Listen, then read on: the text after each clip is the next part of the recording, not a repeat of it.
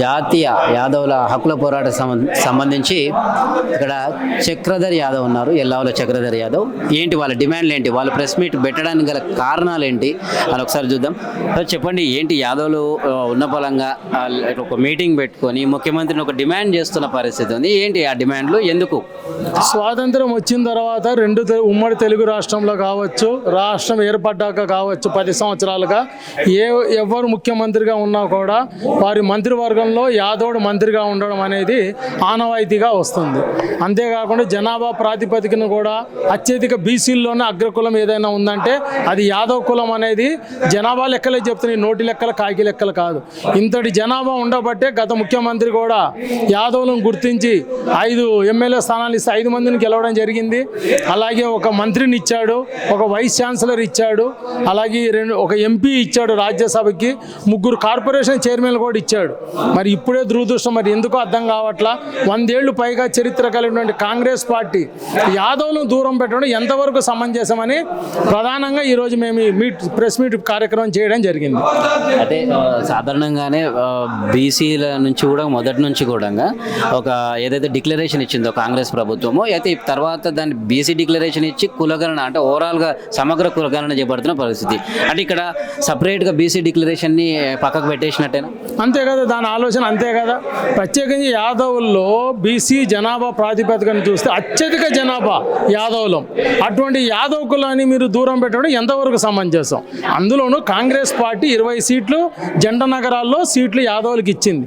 ఒక్క సీటు కూడా గెలకపోవడం కారణానికి అభ్యర్థుల తప్పిదం కాదు, కాంగ్రెస్ పార్టీ తప్పిదం. అంటే కాంగ్రెస్ పార్టీని ప్రజలు గుర్తించలేదు సిటీలో ఉన్నవాళ్ళు. అందువల్ల దాని కారణం చూపి అంజన్ కుమార్ యాదవ్కి మంత్రివర్గంలో ఇవ్వకపోవడం బాధాకరంగా ఉంది. అంతేకాని ఇప్పుడు ఎవరైతే అధికారంలో ఉన్నారో మేము ఈ కులానికి ఎన్ని ఇచ్చారో అడగదలుచుకోవాలా. మీరు ఏమన్నా ఇచ్చుకోండి, మా కులానికి ఎందుకు ఇవ్వట్లేదని మాది ఆవేదన వ్యక్తం చేసే బాధ్యత మా మీద ఉంది. కాబట్టి మేము సూటిగా ప్రశ్నిస్తున్నాం. వెంటనే యాదవులకి మంత్రివర్గంలో స్థానం కల్పించలేకపోతే, 5 కార్పొరేషన్ సీట్లు మీరు ఇవ్వకపోతే, 3 ఎమ్మెల్సీ స్థానాలు యాదవులకి ఇవ్వకపోతే చాలా గడ్డు పరిస్థితి ఎదుర్కొంటారు. అంతేకాకుండా ఈరోజు ఇక్కడి నుంచే రాష్ట్రంలో ఉన్న యాదవులందరికీ విజ్ఞప్తి చేస్తున్నాం, దయచేసి ఎటువంటి అవాంఛనీయ సంఘటనలు చేయమాకండి. కానీ ప్రతి ఒక్కరు కూడా ఎక్కడ మంత్రులు వచ్చినా ఎమ్మెల్యేలు వచ్చినా నల్ల జెండాలు పెట్టుకొని ప్లే కార్డులు పెట్టుకొని యాదవులకు మంత్రివర్గంలో స్థానం కల్పించాలని ప్రధానంగా డిమాండ్ చేయండి. ఎందుకంటే మా ఎవరిళ్ళలో వాళ్ళు కూర్చొని మా కులానికి ఏమి చేయట్లేదు, మా కులానికి ఏం చేయట్లేదు అంటే ఎవరు చేస్తారు? ఎదిరించడం నేర్చుకోండి. మన హక్కులు మనం కాపాడేదానికి మీరు కూడా నడుం బిగించండి. అప్పుడే కులం పైకి వస్తుందని మాత్రం యాదవులంతా కూడా గుర్తించాలని అందరి యాదవులకి వేడుకుంటున్నాం. అంటే ఇప్పుడు మీ డిమాండ్లను కనుక ముఖ్యమంత్రి ఒకవేళ నెరవేర్చకపోతే ముందు మీ కార్యాచరణ ఏ విధంగా ఉంటుంది? ఎట్టి పరిస్థితుల్లో GHMC ఎన్నికలలో కానీ స్థానిక సంస్థలలో కానీ మా ప్రభావం ఏందో కాంగ్రెస్ అధిష్టానానికి చూపించదలుచుకున్నాం.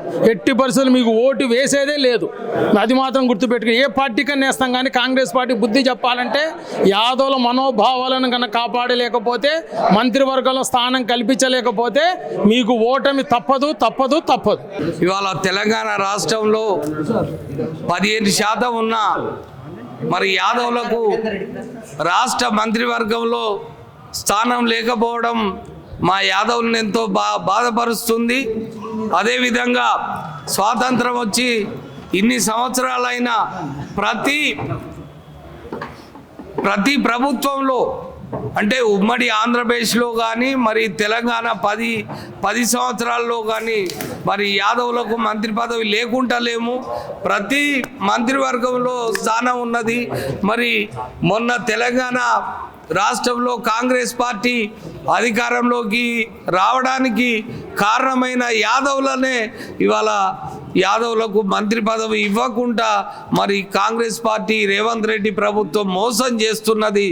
ఖచ్చితంగా తెలంగాణ రాష్ట్రంలో 15% ఉన్న యాదవులకు రాష్ట్ర మంత్రివర్గంలో మరి 2 సార్లు ఎంపీగా పార్లమెంటుకు ఎన్నికై మరి కాంగ్రెస్ పార్టీ కష్టకాలంలో 10 సంవత్సరాలు అధికారంలో లేకున్నా కానీ కాంగ్రెస్ పార్టీని కాపాడిన వ్యక్తి, 45 సంవత్సరాలు సుదీర్ఘమైన సేవలు అందించిన కాంగ్రెస్ పార్టీ అధికారంలోకి రావడానికి మరి అంజన్ కుమార్ యాదవ్ గారు కృషి చేసిండ్రు.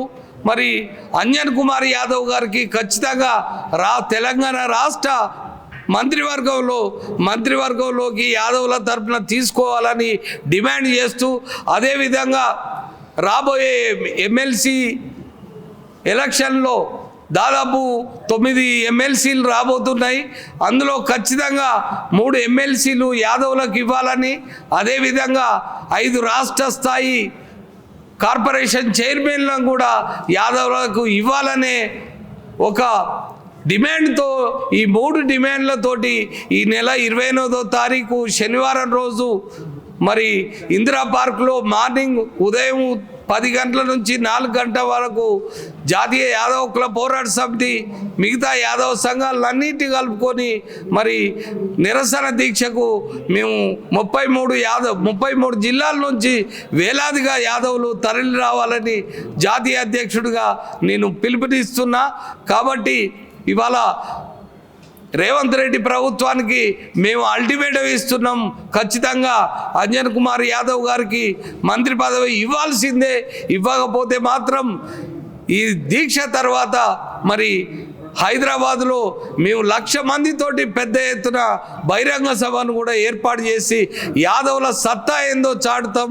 రాబోయే స్థానిక సంస్థల ఎన్నికల్లో మంత్రి పదవి ఇవ్వకపోతే మాత్రం సర్పంచ్, ఎంపీటీసీ, జెడ్పీటీసీ, అదేవిధంగా మున్సిపల్ కార్పొరేషన్ ఎన్నికల్లో మరి కాంగ్రెస్ పార్టీకి బుద్ధి చెప్తాం. జాగ్రత్త.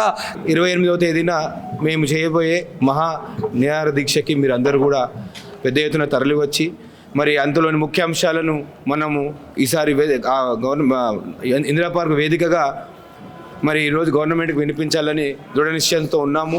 మరి మాకు ఒక మంత్రి పదవి, మా యాదవ జాతిలో ఎంతోమంది సీనియర్ కాంగ్రెస్ నాయకులు ఉన్నారు. మరి వాళ్ళకి సముచిత స్థానం కల్పించాలి. రాబోయే జనరల్ ఎలక్షన్స్లో, రాబోయే స్థానిక సంస్థల ఎలక్షన్లో కూడా మాకు తగినంత వాటా కల్పించాలి. మరి అదేవిధంగా 33 జిల్లాల నుంచి మేము తలబెట్టబోయే 28వ తారీఖు నిరాహార దీక్షకి పెద్ద ఎత్తున తరలివచ్చి మరి దీక్షను విజయవంతం చేయాలని ఈరోజు ఈ ప్రెస్ మీడియా మిత్రుల ద్వారా నేను యావత్ తెలంగాణ జాతికి విన్నవించుకుంటున్నాను. జై యాదవ్, జై యాదవ్.